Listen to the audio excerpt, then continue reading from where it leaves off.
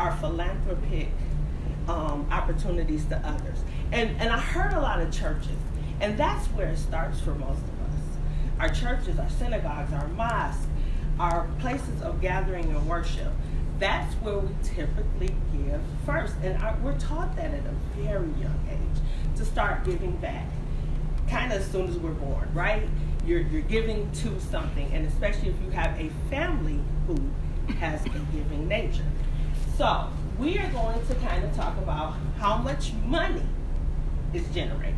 How much do you think we generate per year just in America, USA, towards philanthropy? And if you know the answer, don't blurt it out, because Linda might know it since she's in the field. But how much do you think? Billions. That's what I say. Billions, but give me a billion number. 100 billion. Whoa. 300 billion. Higher. 600 billion. Lower. This year, 2018, I'm saying this year, 2018, America, this nation, this country, gave $427 billion to charitable causes.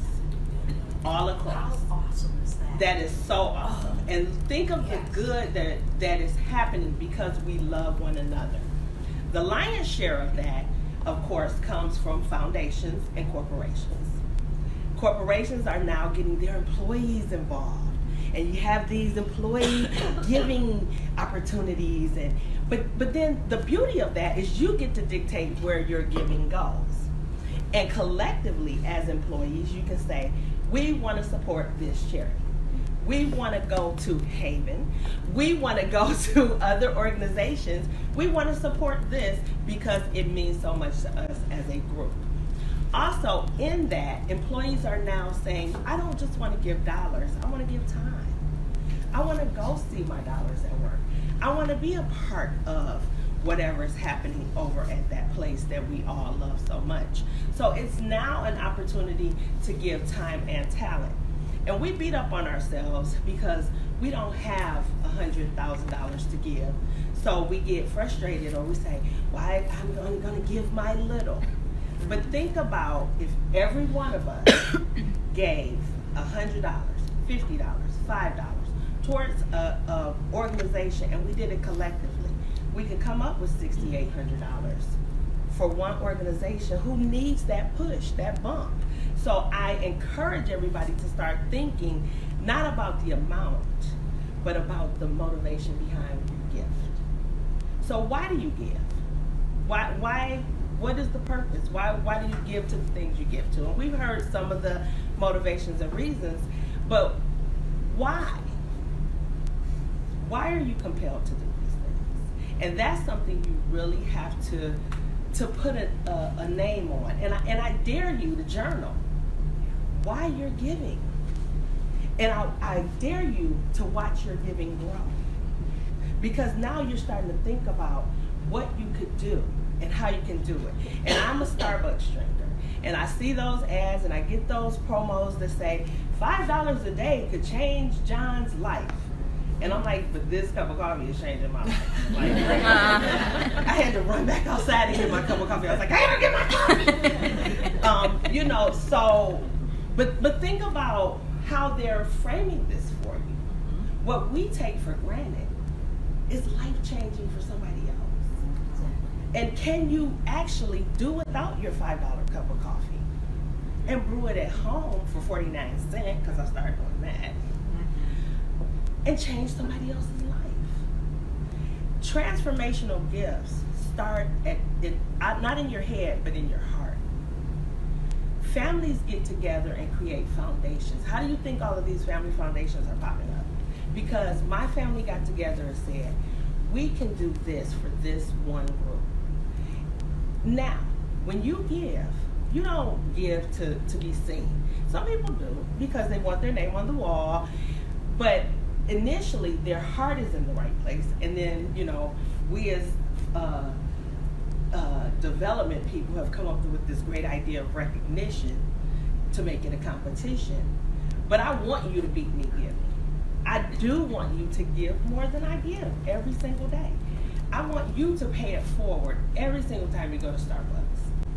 think about the person behind you. If you can't, if you're at Starbucks and they have that little jar, put a couple quarters in there. I never carry cash, but then in my head I said, start carrying cash, because that's my excuse. I don't have cash. I only carry a card. Well, go get some cash. You're giving yourself an out. Get some cash. Get some ones.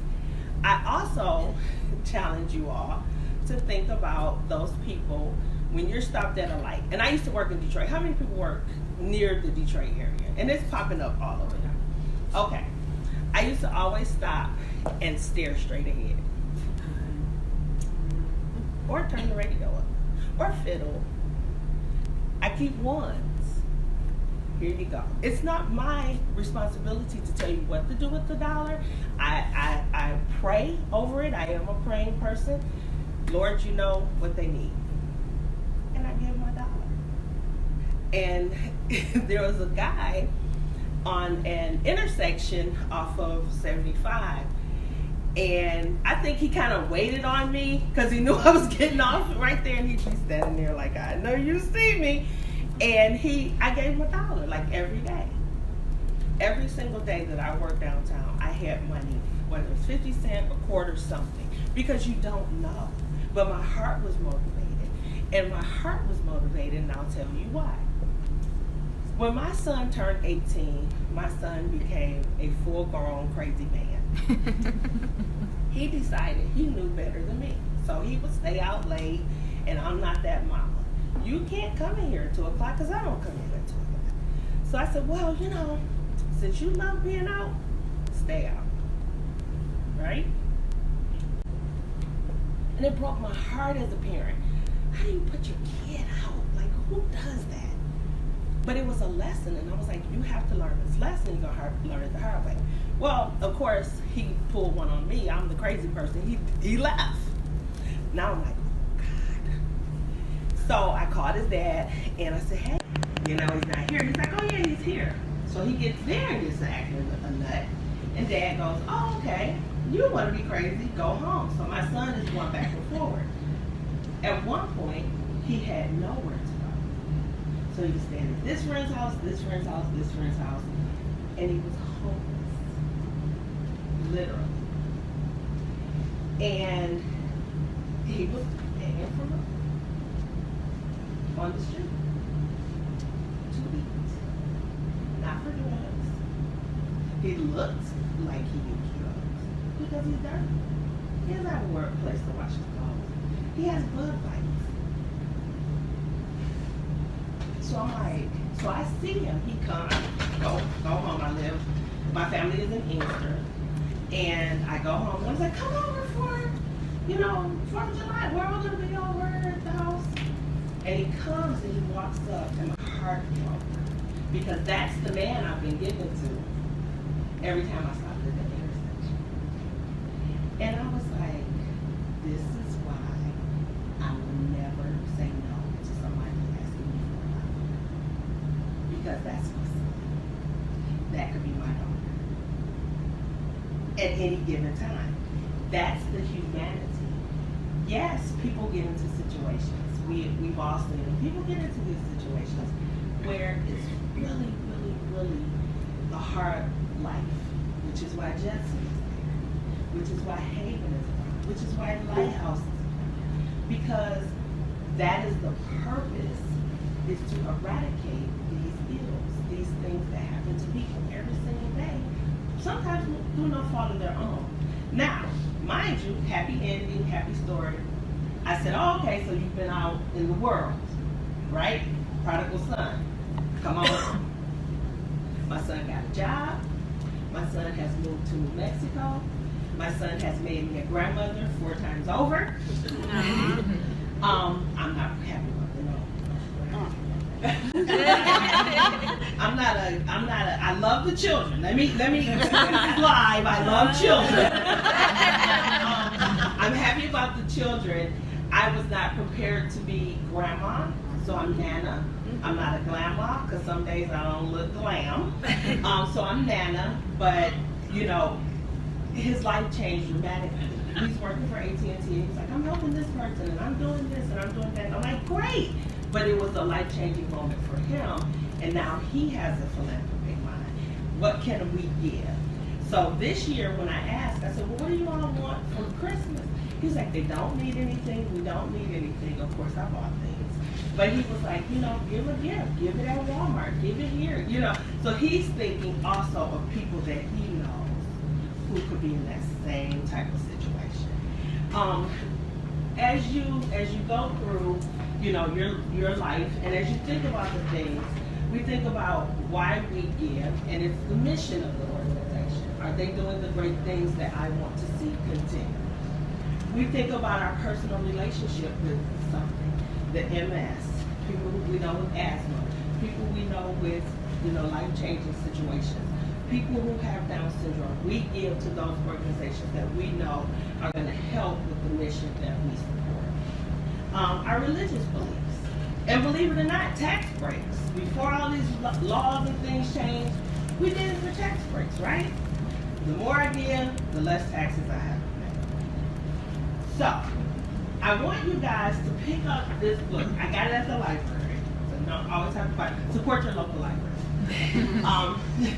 Yes, support your local library. Giving your way to happiness. How many people have heard of the helper's high? You get high from helping people. You get excited. It's contagious, right? So when you're giving to something and you're so excited and passionate about that thing, you start telling people, hey, there's Gigi's place. Hey, there's Molly's kids. Hey, the Jackson Center is doing this. Hey, I'm walking 71 flights of stairs. I said, go get them, Bonnie. I wasn't doing that.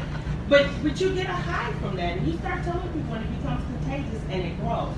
Laura stood up and said, hey, it's 100 women in Troy. Join us. J.A., hey, we're educating kids. Join us. We start talking about these things, and it becomes contagious. And we get high from helping. Right now, we're in the midst of giveaway at Haven, right? 854 families are being served over a 2-day period. They get to come in, they get to shop, they get to do all this stuff, right? We had over 200 volunteers. Some of them came back multiple times, right? Because of the excitement and joy, personal fulfillment they felt. They didn't give money, lots of them did. Lots of companies and organizations never discounted their angels. But people came for their time and their talent, and to see children being blessed. It's a highlight no other, right? You want to do that, and not just during the holiday season. And I challenge people to get out of, oh, it's the holidays and I have to give more. Think of the impact you can make every single month. Think of, instead of writing that one big tax check to the one organization to help them at the end of the year, help them all year. Take that 1,000 and multiply it by 12. That 83, 88 helps me every single month. So I can do the work that I came to do every single month. Don't think about the amount of the gift unless you're in a challenge. Sometimes you get in these challenges like, okay, help me raise, this. Don't think of the amount of the gift. Think of the impact of the gift for that organization. Think about 3 people you could bring along on the journey who care just as much as you care about the thing.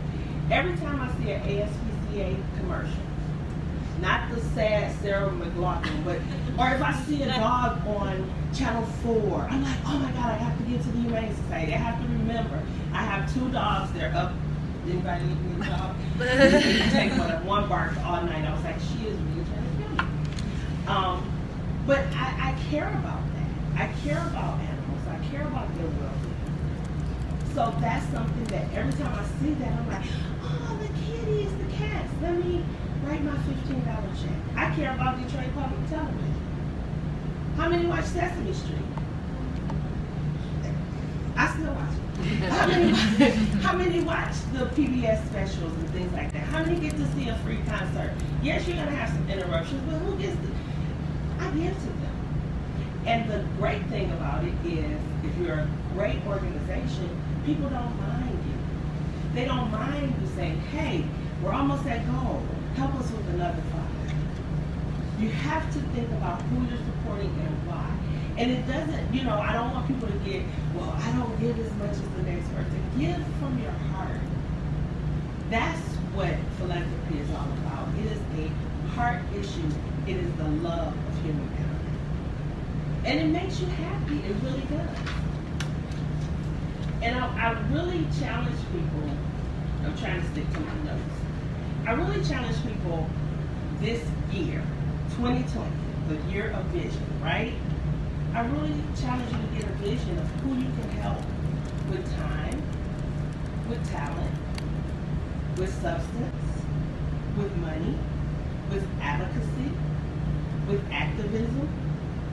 Help someone else. You've heard all these great organizations that can be supported, that people are actually connected to. Connect with them. How can I help you? Pick a charity, a month, 12 charities you can help in a year. Think about what your motivation is and why you want to support those organizations. And we value that. We value, when I write thank you notes, you can give $1, you can give $1 million. Thank you so much for your generous gift. Because you don't know what that dollar meant to Linda. That could have been $1 million.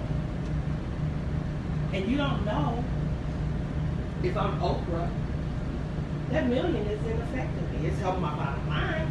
It's not affecting me the way $1 million will affect an organization.